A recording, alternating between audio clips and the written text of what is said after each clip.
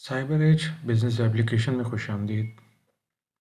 इस वीडियो में हम आपको डेमोंस्ट्रेट करेंगे कि किस आसानी के साथ आप साइबर एज प्रोडक्ट्स को यूज़ करते हुए अपने डेली रूटीन्स की सेल्स को, परचेज़ेस को और अकाउंट्स को आसानी के साथ कहीं भी बैठे हुए और किसी भी ब्राउज़र के अंदर या स्मार्टफ़ोन के अंदर अपनी एप्लीकेशन को आप रन कर सकते हैं और अपनी डेली टास्किंग को आसानी के साथ परफ़ॉर्म कर सकते हैं।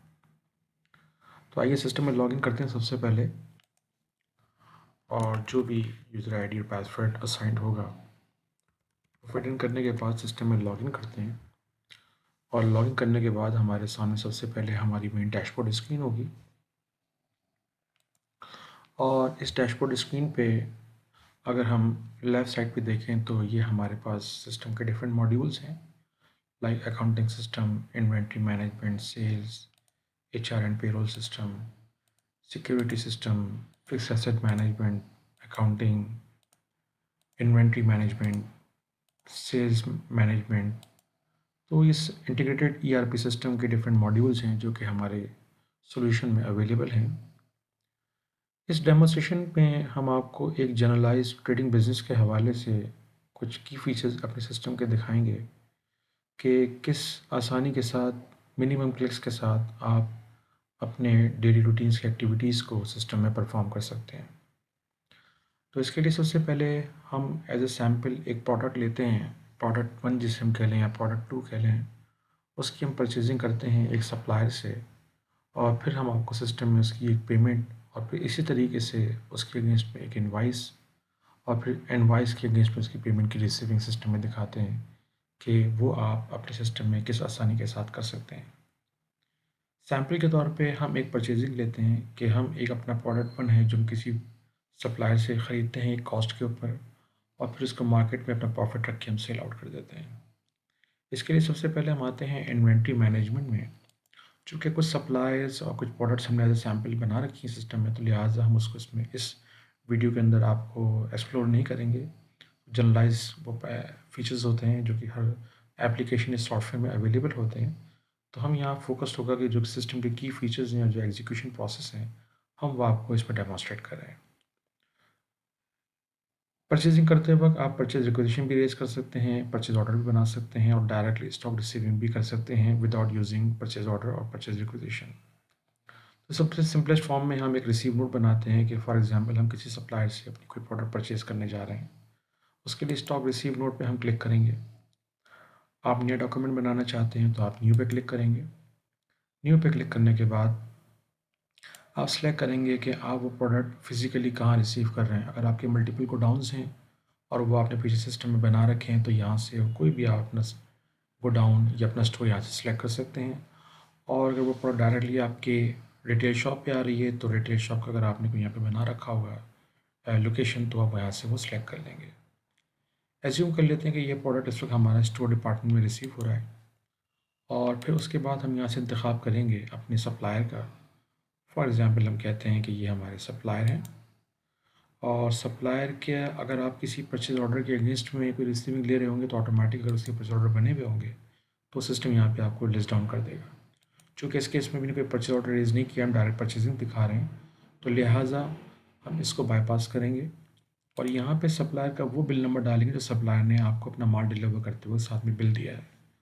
फॉर एग्ज़ाम्पल बिल नंबर है 77 और जो सप्लायर की बिल डेट हो वो आप यहाँ से इसमें सिस्टम में से सिलेक्ट कर लेंगे। करने के बाद आप इंसर्ट पे क्लिक करेंगे। जैसे ही आप इंसर्ट पे क्लिक करेंगे सिस्टम आपको शो करेगा रिकॉर्ड इंसर्टेड और फिर इसके बाद अब आपने जो प्रोडक्ट अपने सिस्टम में ऐड करनी है वो आप यहाँ से अपने सिस्टम में ऐड कर सकते हैं। फॉर एग्ज़ाम्पल हम कहते हैं प्रोडक्ट 1। प्रोडक्ट 1 हम ख़रीद रहे हैं 100 क्वान्टिटीज़ और फॉर एग्ज़ाम्पल 500 रुपीज़ के रेट से। ये करने के बाद आपने प्रोडक्ट ऐड कर ली। इसी तरीके से आपने मज़ीद प्रोडक्ट्स को आइटम्स को ऐड करना है। प्रोडक्ट 2 फॉर एग्ज़ाम्पल हम कहते हैं कि ये भी 100 क्वांटिटी है और ये 600 रुपीज़ के रेट से है, तो आपने वो भी यहाँ पे सिलेक्ट कर लिया। इस तरह जितनी भी नंबर ऑफ़ प्रोडक्ट्स यहाँ पे ऐड करना चाहें वो आप सिस्टम से यहाँ से सिलेक्ट करते जाइए और इस इनवॉइस के ऊपर वो आप ऐड करते चले जाएंगे। फाइनली जब अभी इनवॉइस आपकी ये मुकम्मल हो जाए तो मुकम्मल करने के बाद आपने सिंपली इसको पोस्ट करना होता है। पोस्ट का मतलब ये है कि दफ़ा रिकॉर्ड आपने पोस्ट कर दिया तो अब ये एडिटेबल नहीं रहा, और अगर यूज़र के पास राइट्स होंगे तो वो उसको एडिट कर पाएगा। अदरवाइज़ अगर एडमिनिस्ट्रेटर ने राइट्स असाइन नहीं किए हुए तो फिर वो यूज़र इस डॉक्यूमेंट के ऊपर कोई एक्टिविटी एडिटिंग नहीं कर पाएगा। फाइनली आप इसका प्रिंट आउट निकालना चाहें, आप सिंपली प्रिंट के ऊपर क्लिक करें तो आपके सामने प्रीव्यू का बटन आएगा, और आप अपनी जो भी रिसीव नोट आपने जनरेट किया है उसका एक सैम्पल प्रिंट आउट आपके सामने आ जाएगा, जो A4 साइज़ पे हाफ पेज पे प्रिंट हो जाएगा, जिसमें कि कंपनी का नाम, material receive note, bill number, किस सप्लायर से आपने बाय किया है, प्रोडक्ट कौन सी है, क्वांटिटी कितनी है, रेट कितने हैं, क्या उसकी वैल्यू बनती है, और आखिर में मैनेजर स्टोर एंटर्ड बाय का साइन होगा। और किसी भी रिपोर्ट को डायरेक्टली यहाँ से आप एक्सपोर्ट कर सकते हैं माइक्रोसॉफ्ट एक्सेल में, PDF में और वर्ड के अंदर। कंटिन्यू करते हैं कि ये रिसीव नोट डालने के बाद सबसे पहले हम आपको ये दिखाते हैं कि इसका इम्पैक्ट आपकी इन्वेंट्री साइड पे कैसे क्रिएट हुआ। तो इसके लिए हम इन्वेंट्री मेन्यू में से रिपोर्टिंग का इंतखाब करते हैं और इसको हम एक न्यू टैब में खोल लेते हैं। न्यू टैब पे हम क्लिक करते हैं और यहाँ से हम सेलेक्ट करते हैं कि जी हमें शो करें कि इस वक्त मेरे स्टॉक में क्या क्या चीज़ें कितनी कितनी क्वांटिटी में अवेलेबल है। फॉर दैट हम उसके लिए इन्वेंट्री समरी का इंतखाब करेंगे। इन्वेंट्री समरी का इंतखाब करने के बाद आप चाहें तो सिलेक्टेड कैटेगरी को भी यहाँ से कॉल कर सकते हैं। फॉर एग्जांपल हम कहते हैं जो हमारा मेन प्रोडक्ट है वो फिनिश प्रोडक्ट है, और फिर किस लोकेशन का आपने स्टॉक चेक करना है वो लोकेशन यहाँ से सिलेक्ट कर लीजिए, और आपने किस डेट तक की समरी कॉल करनी है वो डेट आप यहाँ से सिलेक्शन में से सेट कर सकते हैं।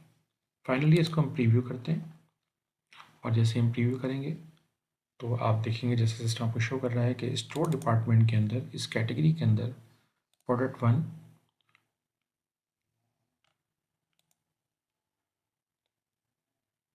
100 क्वांटिटी 500 रुपीज़ के रेट से, जिसकी वैल्यू बनती है 50,000 रुपीज़।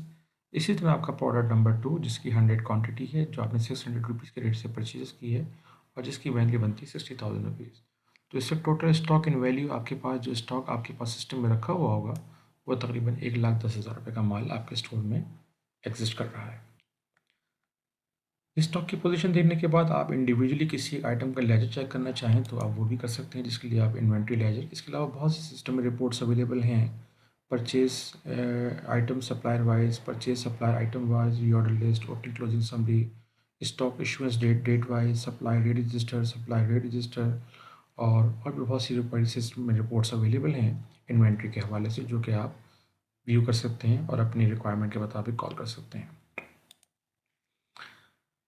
इसी तरीके से हम आपको लेजर दिखाते हैं किसी भी एक आइटम का। फॉर एग्जांपल मैं चेक करना चाहता हूँ कि इस पर मेरे पास एक स्टॉक कितना आया, कितना गया, किन किन डेट्स में आया, तो सिंपली मैं उस स्पेसिफिक प्रोडक्ट को भी यहाँ से सिलेक्ट करने के बाद, और जो डेट रेंज में यहाँ से फ्रॉम डेट टू डेट में दूंगा, उस रेंज के दरमियान जितनी भी परचेजिंग उसकी इन आउट्स हुई होंगी तो सिस्टम आपको उसका लेजर व्यू कर देगा। अब जैसा कि ये प्रोडक्ट 1 का हमने लेजर कॉल किया, और चूँकि अभी हमने इसकी खाली एक परचेजिंग ली है जो कि 19 तारीख को हुई है, और आपने इस सप्लायर से बाय किया है, 100 क्वांटिटी आपके सिस्टम में इन हुई है 500 रुपये के रेट से, और आपके पास स्टॉक इन बैलेंस जो है वो 100 क्वांटिटी आपके पास सिस्टम में अवेलेबल है। आइए अब इस प्रोडक्ट को हम सेल करने से पहले जिस सप्लायर से हमने ये परचेजिंग की थी आपको एक उसकी पेमेंट जनरेट करके दिखाते हैं, ताकि जो आपका पेबल साइट है वो कंप्लीट हो जाए। अच्छा, इसको करने से पहले हम अगेन आपको अकाउंटिंग साइड पे अकाउंट्स की पोजीशन भी दिखा देते हैं, चूँकि हमने एक इनवाइस ही जनरेट की थी, और इस इनवाइस को जनरेट करने के बाद पहले तो हमने आपको ये दिखाया कि इसका इन्वेंट्री पे इम्पैक्ट क्या आया। अब पैरेलल हम आपको ये दिखाएंगे इसका फाइनेंशियल इम्पैक्ट सिस्टम में क्या क्रिएट हुआ, यानी कि ये एक इनवाइस जो आपने जनरेट की थी 1,10,000 रुपये की, अकाउंटिंग साइड पे इसने किन अकाउंट्स को डेबिट किया या किस अकाउंट को क्रेडिट किया। इसके लिए हम रिपोर्ट कॉल करते हैं ट्रायल बैलेंस, और हम ले लेते हैं एज ऑफ डेट, यानी कि हमें आज ही की डेट तक का ट्रायल बैलेंस दिखाया सिस्टम, और इसको हम करते हैं प्रीव्यू। और जब हम इसको प्रीव्यू करेंगे तो हमारे सामने इसकी रिपोर्ट की जो टोटल पिक्चर है वो आपके सामने आ जाएगी।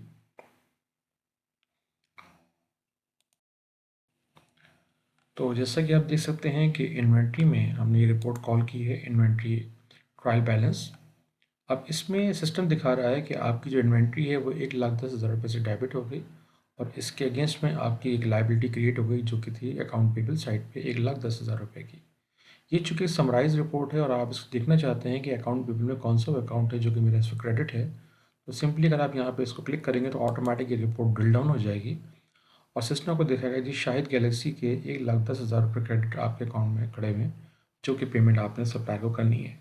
और इस वक्त जो आपकी इन्वेंट्री है वो 1,10,000 रुपये से डेबिट हुई हुई है। तो हमने अब तक आपको दिखाया है कि एक रिसीट डालने के बाद उसका इन्वेंट्री में इम्पैक्ट क्या आया, यानी कि उसका स्टॉक लेजर, स्टॉक समरी, और इसी तरीके से उस एक एंट्री को पास करने के बाद अकाउंटिंग साइड पर सिस्टम ने ऑटोमेटिक उसी क्या अकाउंटिंग आपके लिए कर दी। आइए अब शाहिद गैलेक्सी को जिससे आपने 1,10,000 रुपये का माल परचेज़ किया था, इसको हम करते हैं पेमेंट। पेमेंट के लिए हम अकाउंट्स में से पेमेंट वाउचर का इंतखाब करेंगे।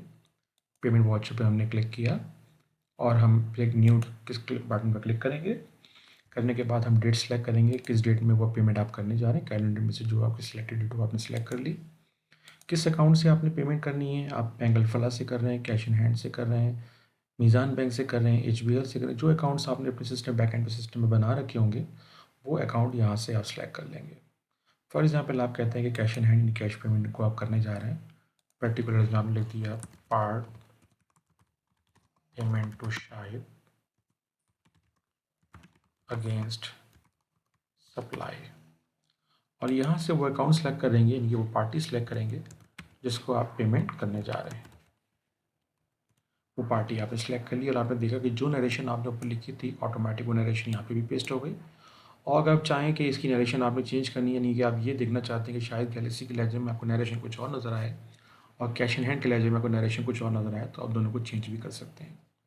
अब चूँकि 1,10,000 रुपये का अमाउंट था, आप उसको पार्ट पेमेंट करने जा रहे हैं, तो फॉर एग्जांपल आप कहते हैं कि इस वक्त आप उसको खाली 50,000 रुपीज़ की पेमेंट कर रहे हैं। 50,000 रुपीज़ आपने यहाँ पे एंटर किया। करने के बाद आप सिंपली यहाँ पे ऐड के बटन पर क्लिक करेंगे। जैसे ही आप ऐड के बटन पर क्लिक करेंगे ऑटोमेटिक इसका रिकॉर्ड पोस्ट होगा, इसका वाउचर जनरेट होगा और एक वाउचर का सैंपल इस तरीके से आपके सामने आ जाएगा, जो कि A4 साइज़ के हाफ पेज पर प्रिंट होगा। यानी पेमेंट वाउचर, किस अकाउंट से पेमेंट हुई है, आपका वो कंप्यूटराइज नंबर, कौन सा अकाउंट डेबिट हुआ और कौन सा अकाउंट क्रेडिट हुआ, और इस तरीके से आपका ये लेजर प्रिंट हो जाएगा। और इसको आप डायरेक्टली यहाँ से PDF में एक्सपोर्ट भी कर सकते हैं, और एक्सपोर्ट करने के बाद आप इस वाउचर को अपने सिस्टम में प्रिंट करना चाहें तो डायरेक्टली आप इसको प्रिंट भी कर सकते हैं। तो ये हमने एक इनका सप्लायर का हमने एक वाउचर जनरेट किया, और करने के बाद इससे पहले जो अकाउंटिंग की रिपोर्ट हमने कॉल की हुई थी ये वाली, इसको हम ट्रायल बैलेंस को दोबारा से एक दफ़ा फिर से रिफ़्रेश करते हैं। और अगेन जैसे ही हम इसको रिफ़्रेश करेंगे, यानी कि प्रीव्यू करेंगे, तो अब हमारे पास देखेंगे कि आप अकाउंट की पोजीशन चेंज हो गई। कैश इन बैंक 50,000 रुपीज़ से क्रेडिट हो गया। इन्वेंट्री वही आपकी, इस वक्त आपके स्टॉक में 1,10,000 रुपये का माल पड़ा हुआ है, और आपकी लाइबिलिटी जो है 1,00,000 रुपये 10,000 रुपये से कम होकर 60,000 रुपये रह गई। अगेन अगर हम इसको ड्रिल डाउन करें तो शायद गैलेक्सी जो पहले 1,10,000 रुपये पे खड़ा हुआ था, अब वो 60,000 रुपीज़ का हो गया। इसी तरीके से अगर हम उसका लेजर लेना चाहें, यानी कि हम बात करते हैं शायद गैलेक्सी की, जैसे कि हमने आपको स्टॉक लेजर दिखाया था आपको, इसी तरीके से अकाउंट्स लेजर, यानी कि इस पार्टी की अकाउंटिंग पोजीशन, तो सिस्टम ये आपको दिखा रहा है कि पहले आपने इससे माल परचेज़ किया 1,10,000 रुपये का, फिर आपने इस पेमेंट वाउचर के अगेंस्ट में इस पार्टी को 50,000 रुपीज़ की पेमेंट कर दी, और अब इसका आउटस्टैंडिंग बैलेंस जो खड़ा हुआ है वो 60,000 रुपये आपके पास खड़ा हुआ है। तो ये हमने आपको दिखाया कि किस तरीके से आप आसानी के साथ हमारे सिस्टम में रहते हुए एक परचेजिंग को रिकॉर्ड कर सकते हैं, उसके स्टॉक पोजीशन कैसे ऑटोमेटिक अपडेट होता है, और किसी भी इनवॉइस के अगेंस्ट में फिर आप किस तरीके से अपने सप्लायर को आप पेमेंट करते हैं। ये करने के बाद अब नेक्स्ट स्टेप में हम आपको अपनी सेल्स साइट दिखाते हैं कि किस तरीके से आसानी के साथ साइबर एप्लीकेशन में रहते हुए आप अपनी प्रोडक्ट को सेल आउट कर सकते हैं अपनी सेल इनवॉइस की मदद से। अगेन उसके लिए हम अपनी प्रोडक्ट को सेल करने के लिए सेल्स मॉडल का इंतखाब करेंगे, और इंतखाब करने के बाद सेल्स इनवॉइस के ऊपर क्लिक करेंगे। सेल्स इनवॉइस पे क्लिक करने के बाद हम न्यू पे क्लिक करेंगे। न्यू पे क्लिक करने के बाद आप सेलेक्ट करेंगे किस डेट में आपने वो प्रोडक्ट सेल करनी है। अगर आपको कोई सेल्समैन है और आप उसको रेफरेंस करना चाहते हैं फॉर द कमीशन पर्पजेज़, तो आप यहाँ से सेल्समैन का नाम सेलेक्ट कर सकते हैं जो पहले से आपने अपने सिस्टम में प्री डिफाइन कर रखा होगा। किस लोकेशन से आपका स्टॉक आउट हो रहा है वो लोकेशन आपने यहाँ से सिलेक्ट कर ली।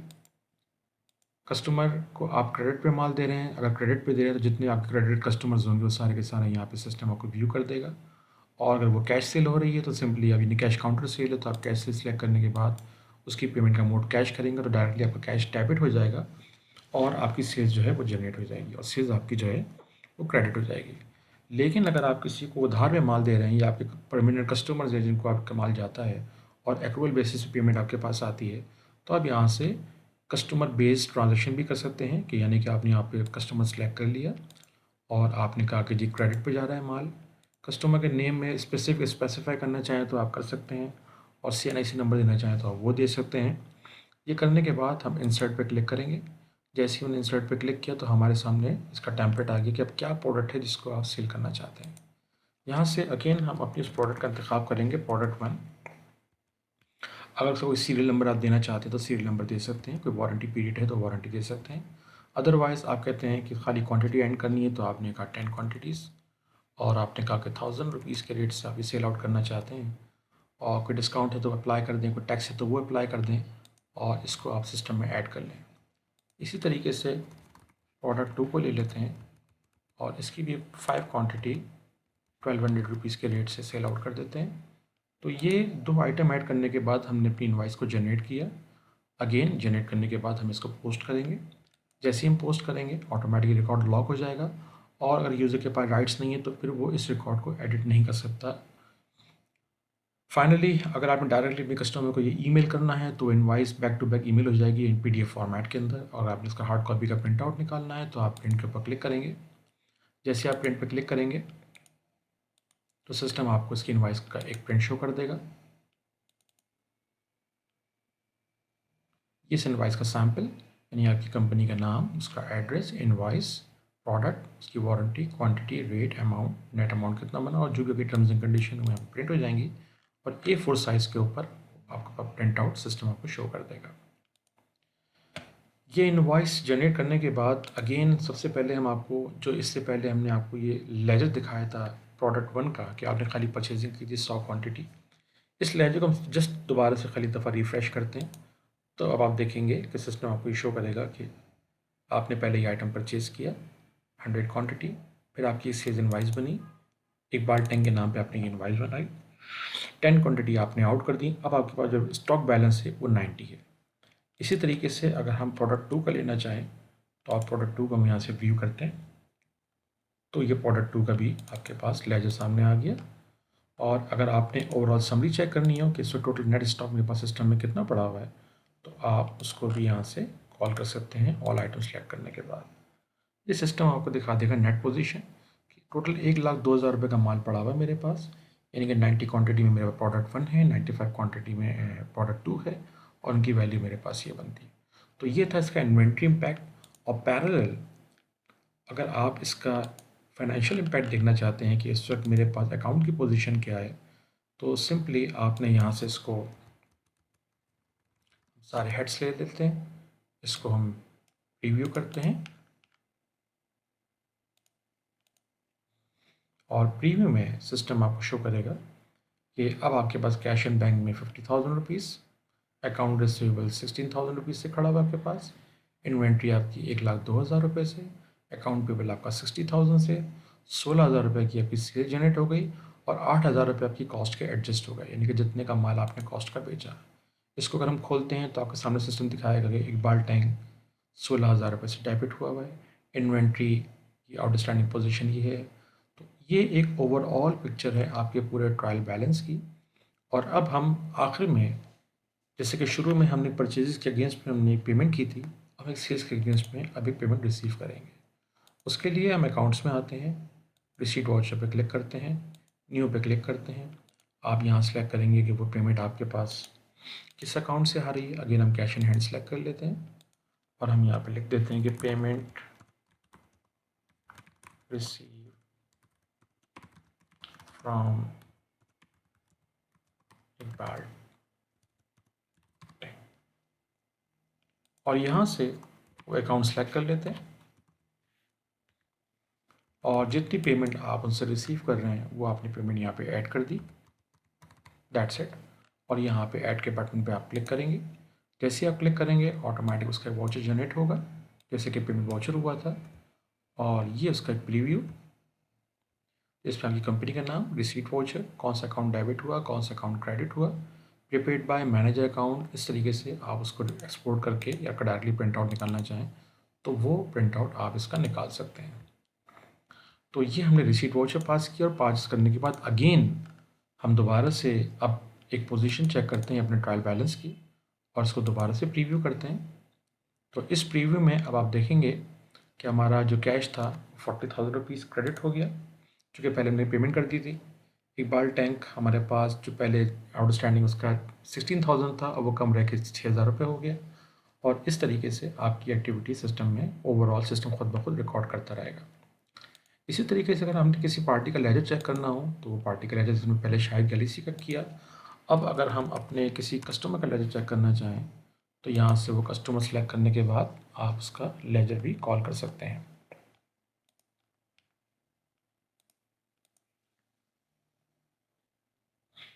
ये कस्टमर का लेजर कि आपने उसकी इनवाइस जनरेट की 16,000 रुपये की, फिर आपने उसको 8,000, फिर आपने उसकी 10,000 रुपये की रिसीट वाउचर आपने रिसीव किया, अब उसका नेट आउटस्टैंडिंग बैलेंस 6,000 रुपीज़ आपके पास रह गया। तो व्यूअर्स ये हमारी एप्लीकेशन के बेसिक फीचर्स फंक्शनलिटीज़ हैं। आई होप कि ये आपके लिए देखने में समझने में इंतहाई आसान होंगे। और इसमें और भी बहुत सारी सिस्टम में रिपोर्ट्स अवेलेबल हैं, जिसमें फॉर एग्जांपल अगर आपने इनकम स्टेटमेंट निकालनी हो तो आप वो भी कॉल कर सकते हैं। इसके अंदर सिस्टम आपको ये ओवरऑल पोजीशन देगा कि आपकी ग्रॉस सेल 16,000 रुपये की हुई, उसमें से कॉस्ट ऑफ सेल 8,000 रुपये माइनस हो गई और प्रॉफिट बिफोर टैक्सेशन आफ्टर आपका बनता है 8,000 रुपीज़। इसी तरीके से अगर आप बैलेंस शीट कॉल लॉन्च करना चाहें तो आप बैलेंस शीट भी कॉल कर सकते हैं। और real time balance sheet, real time income statement आपके सामने है, जिसमें capital, profit, current year, short term liabilities, इसी तरह accounts payable, cash in bank, account receivable, inventory और डिफरेंट अकाउंट्स को आप आसानी के साथ रहते हुए सिस्टम में मेंटेन कर सकते हैं।